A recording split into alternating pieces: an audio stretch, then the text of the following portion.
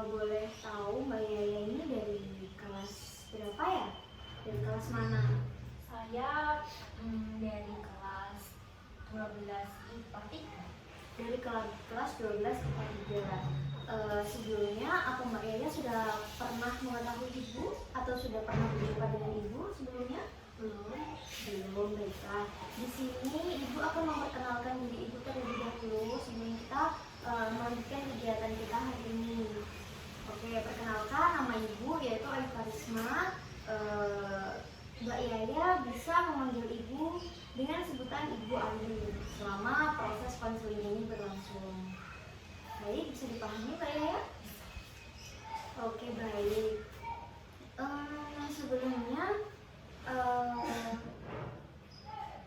tujuan Mbak Yaya kesini tuh mau ngapain?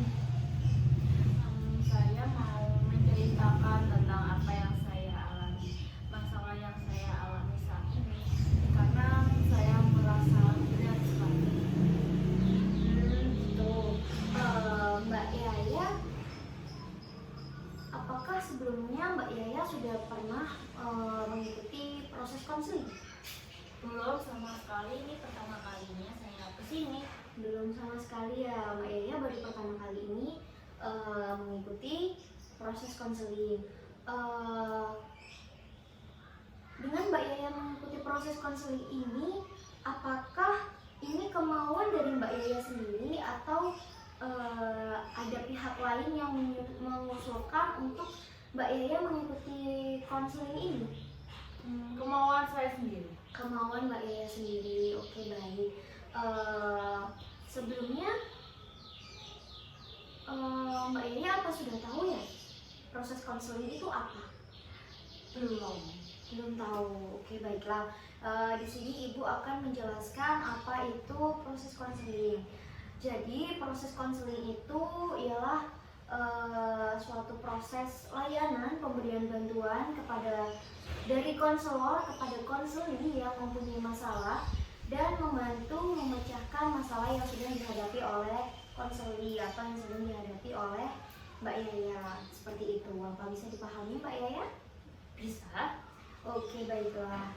Dan dalam proses konseling ini juga ada beberapa asas yang harus kita taati juga. Di antaranya ada asas kesukarelaan, ada asas kerahasiaan, dan ada asas keterbukaan.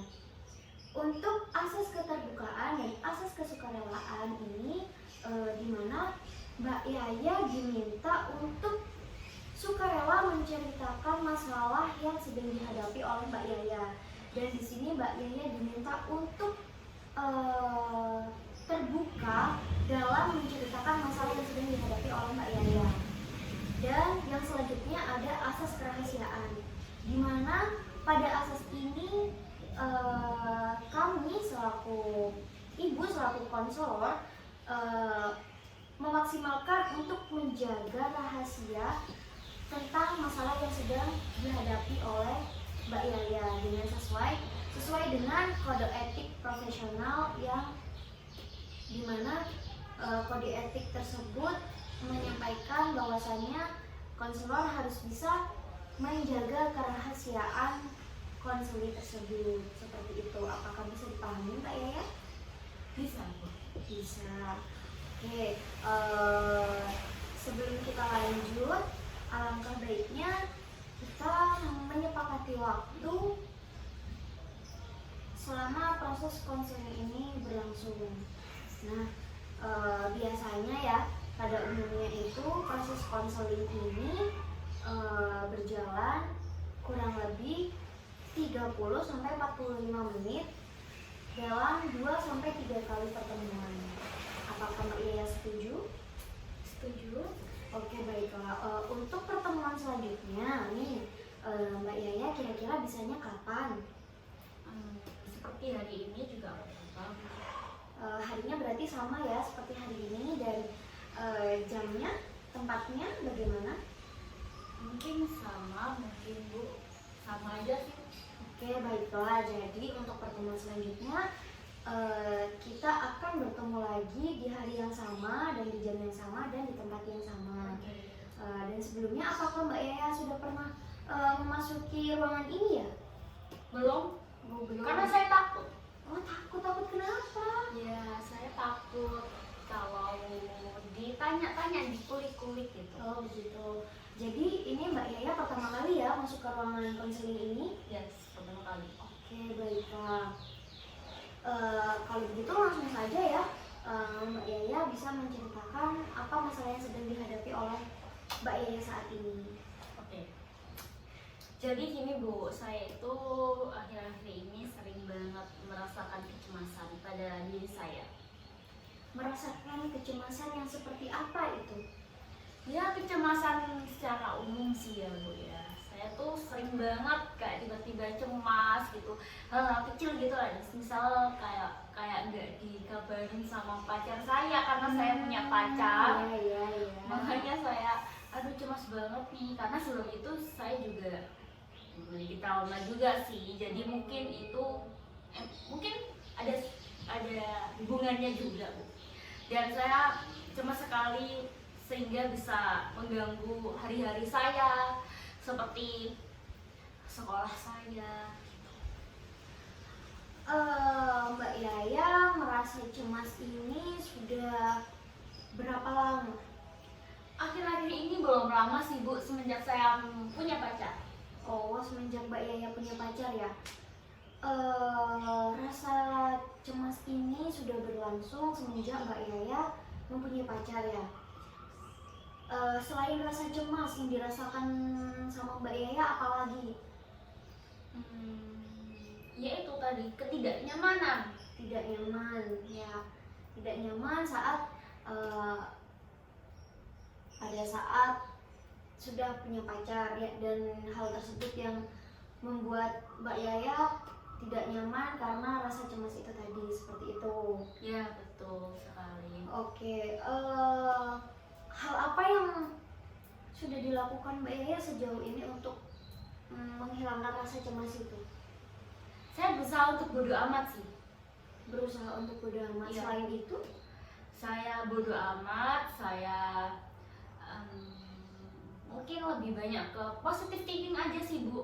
Gitu. Positive thinking yang seperti apa itu? Ya contoh kecilnya ya, kalau misalnya saya nggak dikabarin sama pacar saya, mungkin saya mikirnya oh mungkin dia lagi tidur atau lagi sibuk. Kalau kayak gitu saya pasti bakalan cemas terus gitu loh Bu. Oke, baiklah. Apakah hal itu sudah dilakukan Mbak Yaya secara maksimal? Sedikit sih, mungkin dalam 100 sampai 100% mungkin sudah 40%. Oke, baiklah. Apakah sejauh ini ada orang lain yang terlibat dalam rasa cemas Mbak Yaya kecuali pacar Mbak Yaya sendiri? Ada banyak sih Bu, cuman yang lebih dominannya ke pacar saya. Oh Gitu. begitu. Oke, baiklah. Di sini apakah Mbak Yaya bisa menceritakan lebih jelasnya lagi masalah yang sedang dihadapi Mbak Yaya? Maksudnya itu kecemasan yang sedang dihadapi Mbak Yaya ini karena pacarnya karena apa? Maksudnya itu pacarnya Mbak Yaya ini kenapa? Selain yang sudah disampaikan Mbak Yaya tadi. Ya, seperti yang saya ceritakan di awal Bu, mungkin ini ada hubungannya sama trauma saya ya Bu ya. Karena saya tuh bener kalau misalnya saya tuh anaknya kalau misalnya udah trauma gitu ya Bu ya, terus saya tuh bakalan gimana ya, takut gitu loh Bu, apa-apa takut, udah mikir jelek gitu. Makanya saya merasa saya itu cemas sekali, dan rasa cemas saya tuh bisa mengganggu saya kapanpun, gimana pun, dan waktu kapanpun itu bisa. Bahkan kadang saya tengah malam pun itu juga bisa merasakan cemas. Sepanik itu saya, karena saya benar-benar kayak oke, kalau misalnya aku gini aku bakal sakit hati gitu. Sedih gak? Sedih banget sih, Sedih dan sakit banget. banget sih Bu rasanya. Untuk menghilangkan kesedihannya Mbak Yaya itu, Mbak Yaya melakukan apa selain Mbak Yaya bodo amat dan berusaha positive thinking? Saya mungkin mungkin saya keluar sama teman-teman sih Bu. Saya ngajakin teman-teman keluar kalau misalnya teman saya bisa. Kalau enggak, kalau saya di rumah mungkin saya membuka sosmed saya, entah itu TikTok atau Instagram atau apapun, atau YouTube, lihat yang lucu-lucu. Cuma ya kembali lagi ya Bu ya, yang namanya ada aja pikiran Bu. Jadi ada lagi rasa cemas, walaupun saya sudah senang-senang sama teman saya sudah melakukan hal-hal yang mungkin bikin saya sibuk dan berusaha untuk melupakan hal tersebut, tapi selalu muncul, tiba-tiba muncul gitu, kayak datang tidak diundang. Berarti hal tersebut bisa dapat dikatakan jadi beban pikiran Mbak Yaya ya? Iya sih, beban banget sih buat saya. Banget. Oke, baiklah. Di sini Ibu akan memberikan salah satu teknik yang ada di dalam proses konseling. Salah satunya yaitu ada teknik relaksasi, di mana teknik relaksasi ini membantu untuk merilekskan diri Mbak Yaya. Merilekskan diri Mbak Yaya agar Mbak Yaya ini jauh lebih tenang, jauh lebih damai, merilekskan pikiran-pikiran yang tegang. Oke, apakah bisa kita mulai langsung mempraktekkan teknik yang akan saya sampaikan ini? Boleh? Oke, baiklah. Yang pertama, Mbak Yaya boleh mengambil posisi yang enak, yang nyaman, bisa menghadap saya atau senyamannya Mbak Yaya. Apa Mbak Yaya sudah merasa nyaman? Sudah. Boleh untuk senderan Bu? Boleh, silahkan, bebas. Yang penting Mbak Yaya nyaman untuk melakukan teknik relaksasi ini. Sudah? Oke. Selanjutnya, apa boleh Mbak Yaya untuk menutupkan mata? Oke, baiklah. Bayangkan masalah-masalah yang ada dalam diri Mbak Yaya itu seketika menjadi perlahan-lahan memudar. Bukan memudar ya, bayangkan masalah-masalah Mbak Yaya ini perlahan keluar dari pikiran Mbak Yaya. Dan kalau Ibu bilang 1, 2, 3, Mbak Yaya bisa menarik nafas Mbak Yaya dengan perlahan. Baik ya. Oke. Tarik perlahan nafas Mbak Yaya. 1, 2, 3, tahan selama 5 detik. Setelah itu hembuskan secara perlahan. Oke, kita ulangi lagi ya. Tarik nafas perlahan. 1, 2, 3. Tahan selama 5 detik. Setelah itu keluarkan, hembuskan secara perlahan. Buang pikiran-pikiran, beban pikiran Mbak Yaya yang ada di pikiran Mbak Yaya yang membuat beban dalam diri Mbak Yaya. Keluarkan secara perlahan agar Mbak Yaya jauh merasa lebih rileks dan merasa lebih tenang. Kita ulangi sekali lagi ya. Oke, tarik nafas secara perlahan. Tahan selama 5 detik. Setelah itu hembuskan secara perlahan.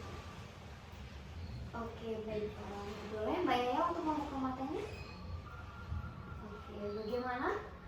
Bagaimana Mbak Yaya setelah melakukan teknik relaksasi barusan? Sedikit lebih tenang dan jauh lebih tenang juga sih Bu, karena kan saya juga bisa cerita ke Ibu gitu. Tambahan ini kan dari 0 sampai 5 tingkat rileksnya Mbak Yaya ada di nomor berapa? Dari 0 sampai 5? 4. Oke, baiklah. Mbak Yaya bisa melakukan teknik ini di saat Mbak Yaya sedang mempunyai banyak pikiran, sedang cemas akan hal sesuatu.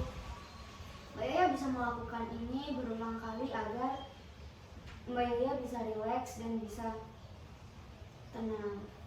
Oke, apakah dari sini Mbak Yaya bisa menyimpulkan hal apa yang harus dilakukan Mbak Yaya setelah ini? bisa. Ya, boleh disampaikan? Mungkin saya banyak ini ya Bu ya, lebih banyak memikirkan hal-hal yang seharusnya dipikirkan. Baik, selanjutnya. Biar saya tuh tidak seperti ini terus gitu Bu, karena saya juga kadang merasa capek gitu. Jadi mungkin untuk next time saya akan bakalan banyak memikirkan hal-hal yang harus dipikirkan. Mungkin entah saya akan memikirkan apa yang harus saya lakukan ke depannya, atau memikirkan tugas-tugas atau seperti itu yang bisa bikin saya rileks lebih tepatnya. Oke, baiklah. Jadi dari sini Mbak Yaya sudah tahu bagaimana dan apa yang akan dilakukan Mbak Yaya setelah Mbak Yaya mengetahui bagaimana cara memecahkan masalahnya Mbak Yaya sendiri. Oke, mungkin cukup sampai di sini proses konseling kita.